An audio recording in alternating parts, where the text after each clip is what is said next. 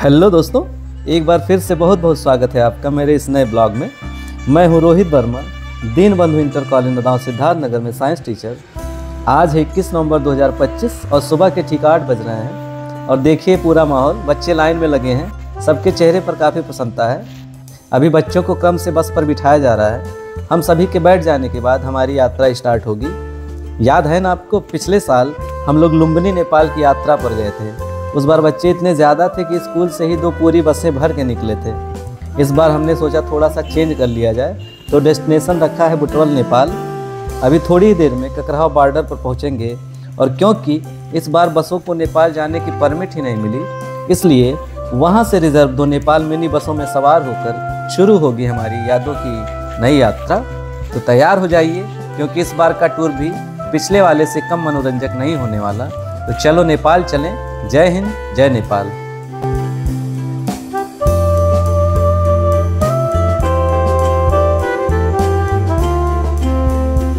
और अब हम लोग पहुंच गए हैं ककराव बॉर्डर सिद्धार्थ नगर।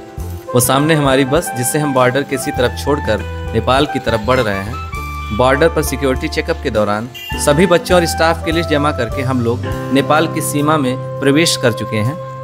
बॉर्डर के इस तरफ के सिक्योरिटी चेकअप के बाद हम लोग यहाँ से थोड़ी दूर पर खड़ी हमारी नेपाल की बसों में जाकर बैठेंगे और फिर शुरू होगी हमारी नेपाल के भीतर की यात्रा। अब हम लोग बढ़ रहे हैं अपने बसों की तरफ। ये लीजिए, पहुंच गए हम अपनी बसों में।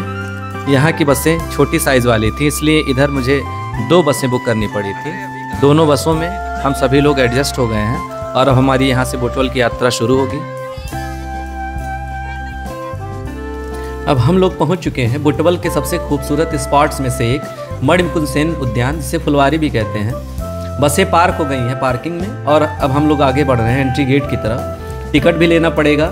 यहाँ भारतीयों के लिए मात्र 100 रुपये नेपाली इसका प्राइस है। बच्चे लाइन में लगे हैं, बारी बारी से सबकी एंट्री की जा रही है।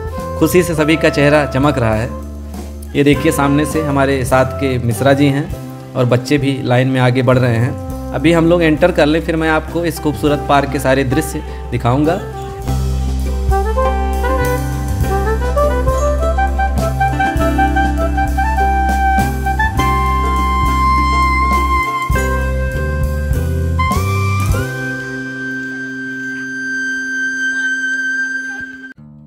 अब हम सभी लोग पार्क के अंदर एंटर कर चुके हैं। एंटर करते जस्ट सामने ये पड़ता है एक प्यारा सा फाउंटेन।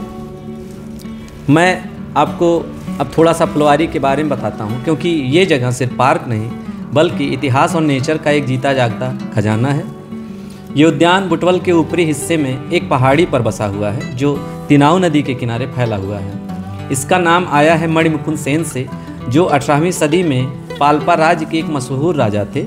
राजा सेन नेचर लवर थे और उन्होंने ही इस जगह को विकसित किया था। फूलों के बगीचों से लेकर झरनों तक सब कुछ। आज ये 42 हेक्टेयर में फैला हुआ है और अंदर क्या क्या नहीं है। कल्पना कीजिए, रंग बिरंगे फूलों के बगीचे जहाँ गुलाब, सूरजमुखी, ऑर्किड सब झूम रहे हैं। फिर एक खूबसूरत सा झरना जो पहाड़ी से गिरता हुआ लगता है। ऊपर चढ़कर एक छोटा सा किला भी है, जहाँ से पूरा बुटवल शहर और आसपास की घाटियाँ दिखती हैं। सूर्योदय या सूर्यास्त का नज़ारा तो बस कमाल ही है। और हाँ, ये सिर्फ घूमने की जगह नहीं है, बल्कि एक अनुसंधान केंद्र भी है। यहाँ पौधों और वन्य जीवों पर रिसर्च होता है और नेपाल सरकार ने इसे प्रोटेक्टेड एरिया बना रखा है। पर्यटकों के लिए पिकनिक स्पॉट, वॉकिंग ट्रेल्स, बच्चों के लिए प्लेग्राउंड, सब कुछ है। खासकर हमारे जैसे एजुकेशनल टूर के लिए परफेक्ट है, जहाँ बच्चे नेचर को एकदम करीब से समझ सकते हैं, फोटोग्राफी कर सकते हैं और थोड़ा सा इतिहास भी सीख सकते हैं। पिछले साल हमने लुम्बिनी में बुद्ध के जन्म स्थान को एक्सप्लोर किया था। तो चलिए आज हम लोग बुटवल और फुलवारी की नेचुरल ब्यूटी को एक्सप्लोर करते हैं। अगर आप मेरे चैनल पर पहली बार आए हो तो इसको सब्सक्राइब कर लीजिए, और अगर आपको वीडियो पसंद आए तो इसको लाइक और शेयर भी कर दें। धन्यवाद।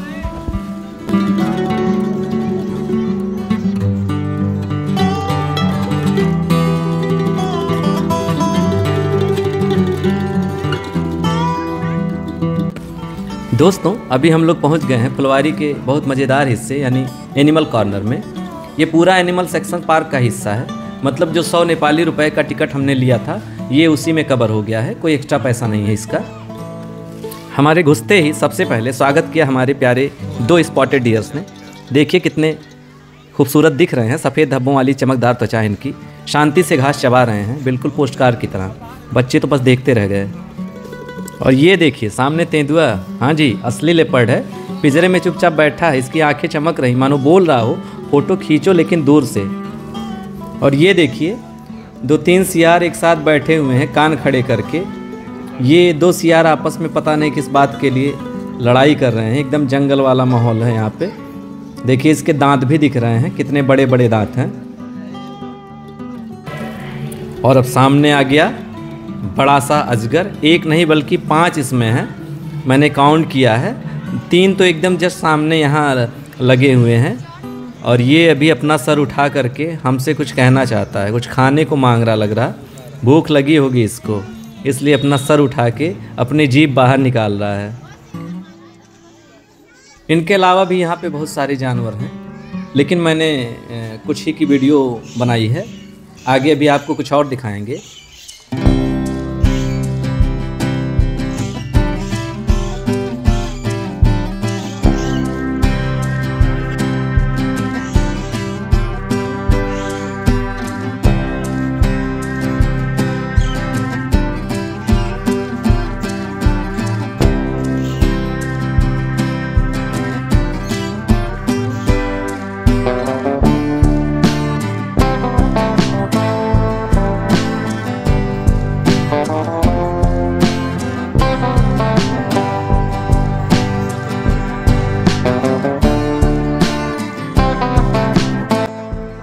और ये रहा हमारा सबसे अधिक सरप्राइज वाला मोमेंट, यानी शुतुरमुर्ग। जी हाँ 3 ऑस्ट्रिच है यहाँ पे। ये सबसे बड़ा वाला जो जाली के बाहर चोंच मार रहा है, ये खाने के लिए मांग रहा है विजिटर से। सामने हमारे प्रिंसिपल साहब उसको खाने के लिए चिप्स दे रहे हैं। 2 शुतुरमुर्ग साइज में छोटे हैं जो पीछे की तरफ हैं।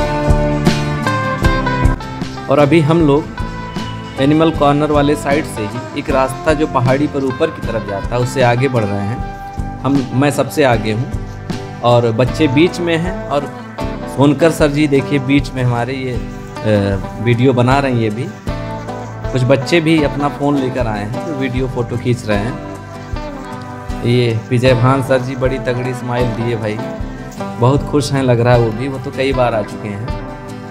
और पीछे से हमारे सर लोग भी आ रहे हैं, तो कुछ लोग आगे हैं, कुछ लोग बीच में और कुछ लोग पीछे, जिससे कि बच्चे कहीं इधर उधर ना हो, ताकि उनकी सेफ्टी भी बनी रहे।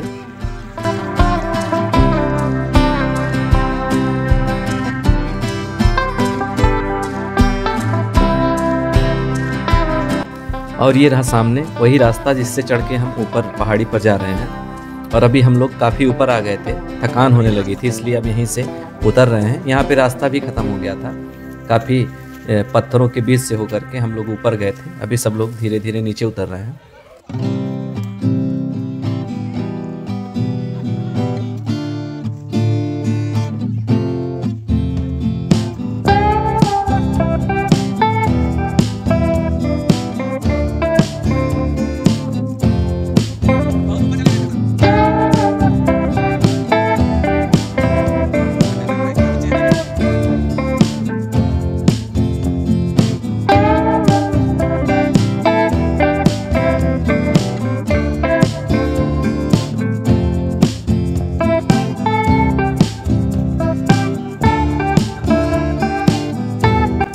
टाइम हो गया लंच करने का। सभी लोग अपनी अपनी टिफ़िन ले करके आए थे। सुबह आते टाइम मैंने नाश्ते में सभी के लिए 2 समोसे, 1 बिस्किट और 1 नमकीन की व्यवस्था की थी। सभी ने रास्ते के बीच में रुक के खाया था, लेकिन काफ़ी देर हो गया है और अभी सभी लोग देखिए अपना अपना लंच करने में लगे हुए हैं। जिसको जहाँ भी जगह मिली वहीं बैठ गया है।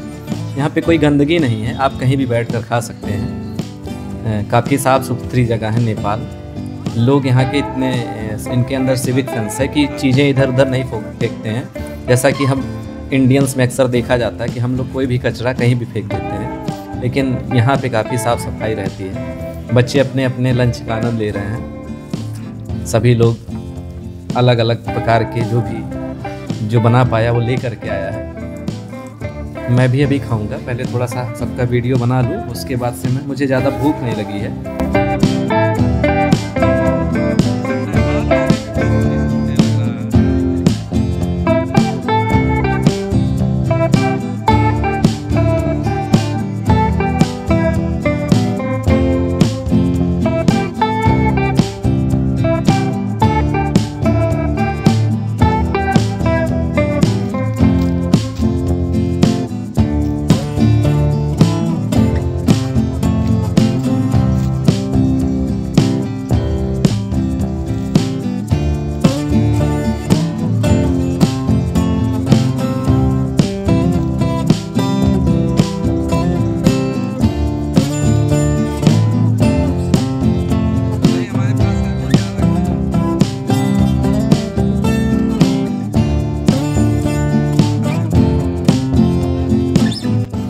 सभी लोगों ने अपना लंच ख़त्म कर लिया था, तो अब हम लोग नीचे की तरफ जा रहे थे। यहीं बगल में ही एक नदी पड़ती है। नदी क्या कहेंगे इसको, ये एक तरह से बरसाती नदी है जिसमें बरसात के टाइम ही पानी रहता है। बाकी इसके अलावा पत्थर ही पत्थर हैं। फ़िलहाल इस समय तो केवल पत्थर ही दिख रहे हैं। नीचे उतरने का कोई प्रॉपर रास्ता नहीं है, तो हम सभी लोग बेहद सावधानी के साथ नीचे उतर रहे हैं। काफ़ी उबड़ खाबड़ रास्ता है, पथरीला रास्ता है। हमको जो है किसी न किसी चीज़ का सहारा लेके उतरना पड़ रहा है। देखिए सामने पेड़ भी लगे हैं, जिसको पकड़ पकड़ के बच्चे नीचे आ रहे हैं।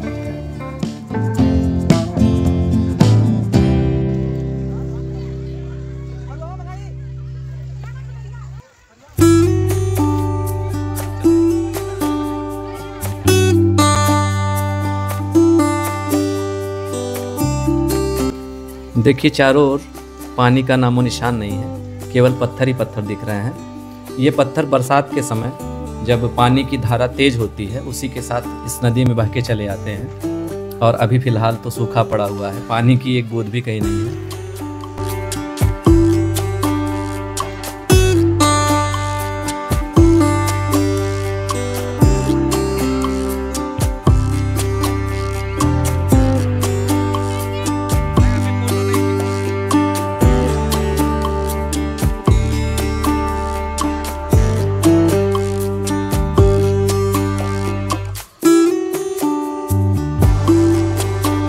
तो चलिए फिर यहाँ से वापस पार्क में जाने का टाइम हो गया है। अब हम लोग सीढ़ियों के सहारे नीचे की तरफ पार्क में वापस लौट रहे हैं।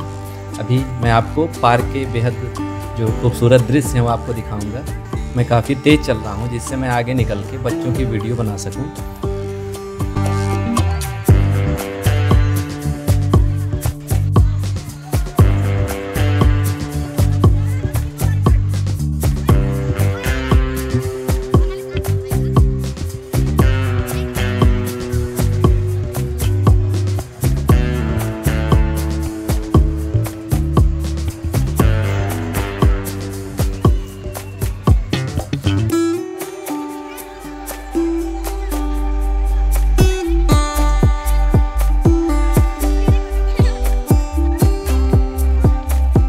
ये सामने एक पुल है जिसके वो सामने वाले सिरे पर फाउंटेन बना हुआ था, फिलहाल अभी चल नहीं रहा है। और इस पुल के उस पार जाने के लिए ये राउंड शेप में पुल बना हुआ है। अभी मैं इस पुल से हो करके उस पार जा रहा हूँ।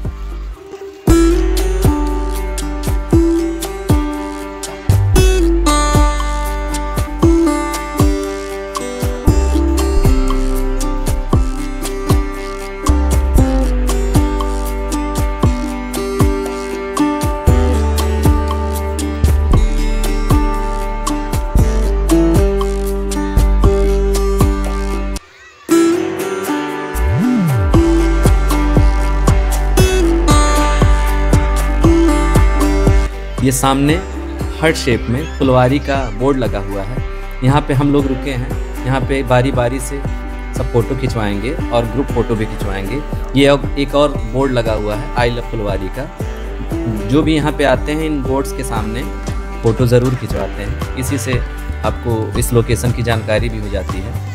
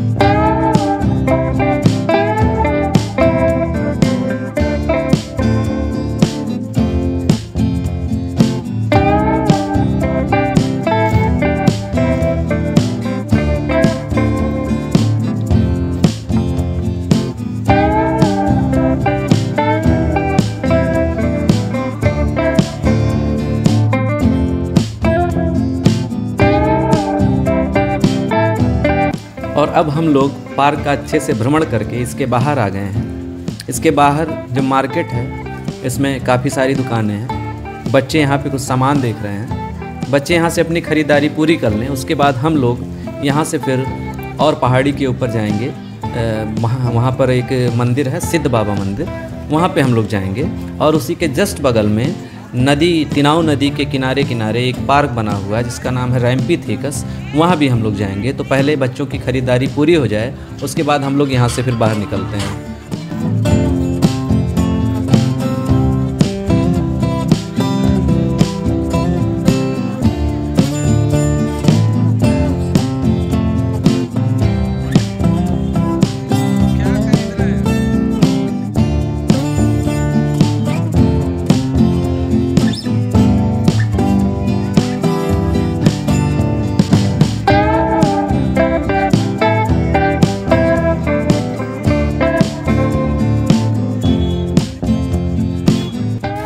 ये देखिए यहाँ पार्क के बाहर से बुटवल शहर का कितना सुंदर नज़ारा आपको दिख रहा होगा।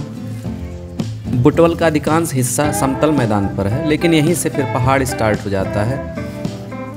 अब हम लोग अपने बसों में बैठेंगे और यहाँ से लगभग 3 किलोमीटर या संभवतः 4 किलोमीटर दूरी पर स्थित सिद्ध बाबा मंदिर को जाएंगे। तो लीजिए, अब हम लोग अपनी बसों में सवार होकर सिद्ध बाबा मंदिर की तरफ आगे बढ़ रहे हैं। ये रास्ता पूरा पहाड़ी रास्ता है, ये रास्ता पोखरा भी जाता है। तो चलिए आगे बढ़ते हैं।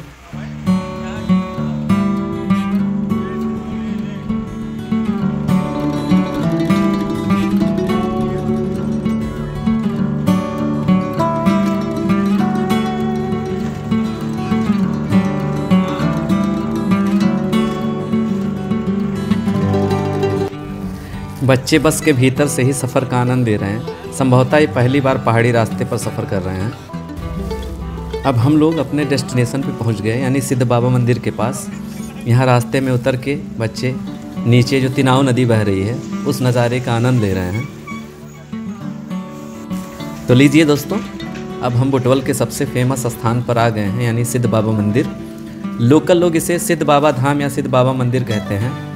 और मान्यता है कि यहाँ जो भी सच्चे मन से मांगता है उसकी मनोकामना ज़रूर पूरी होती है। ये मंदिर बुटवल शहर से करीब 4-5 किलोमीटर दूर सिद्धार्थ हाईवे के बिल्कुल किनारे पर एक पहाड़ी पर बना हुआ है। सामने देखिए काफ़ी सारी सीढ़ियाँ बनी हुई हैं। इन सीढ़ियों के ऊपर चढ़ के सिद्ध बाबा मंदिर जाना पड़ता है। कुल 365 सीढ़ियाँ हैं, यानी साल के हर दिन के बराबर। हम तो कुछ ही सीढ़ी चढ़ते हाँफने लगे। यहाँ देखिए बच्चे कुछ बंदरों को चिप्स खिला रहे हैं।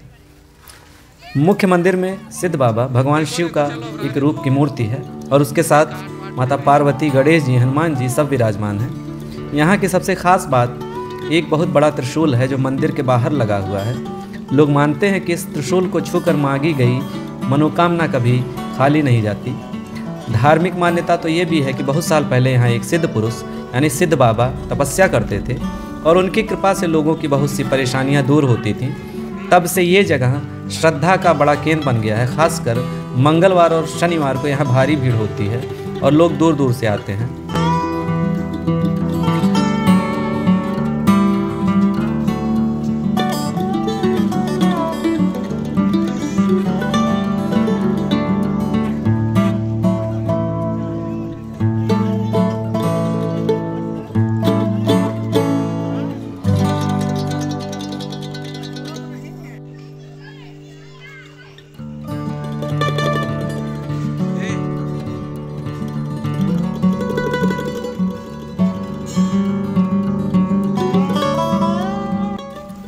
कुछ बच्चों ने भी यहाँ पे माथा टेका, घंटी बजाई और अपनी छोटी छोटी विश मांगी। कोई बोला होगा कि मुझे हाई स्कूल में अच्छे नंबर दिला दीजिए, कोई बोला होगा इंटरमीडिएट में, और कोई कुछ और मांगा होगा। मैं ठहरा एथीस्ट और रैशनल व्यक्ति, तो मुझे किसी भी सुपर नेचुरल पावर या चमत्कार में ज़रा भी विश्वास नहीं है। और हाँ, ऊपर से पूरा बुटवल शहर और तिनाव नदी का नज़ारा भी कमाल का दिखता है। तो मंदिर भी हो गया और व्यू पॉइंट भी हो गया। तो बस सभी ने सिद्ध बाबा का आशीर्वाद ले लिया और अब आगे बढ़ रहे हैं रैम्पीथेकस पार्क की तरफ। तो चलिए आपको वहाँ के नज़ारे भी दिखाते हैं।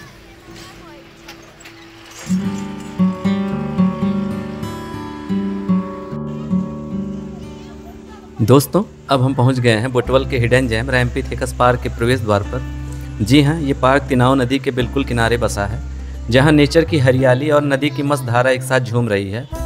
हमने एंट्री गेट पर टिकट ले लिया था। हमारे पूरे ग्रुप का 1200 रुपये नेपाली लगा था।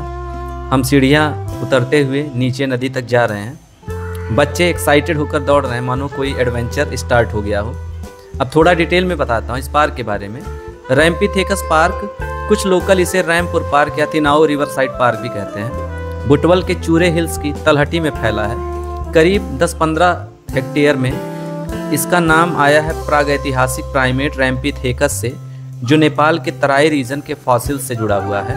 ये जगह एक तरह से नेचर और हिस्ट्री का ब्लेंड है।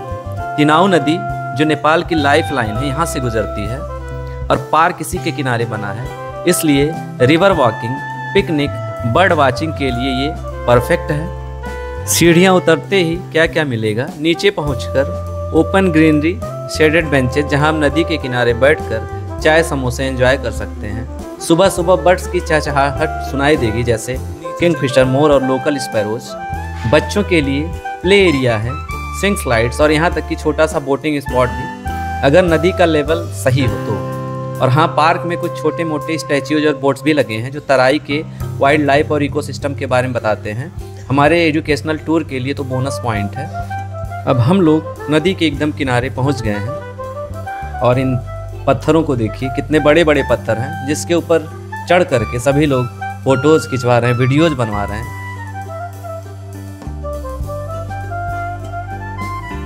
सभी बच्चे नदी के पानी में जाकर के एंजॉय कर रहे हैं।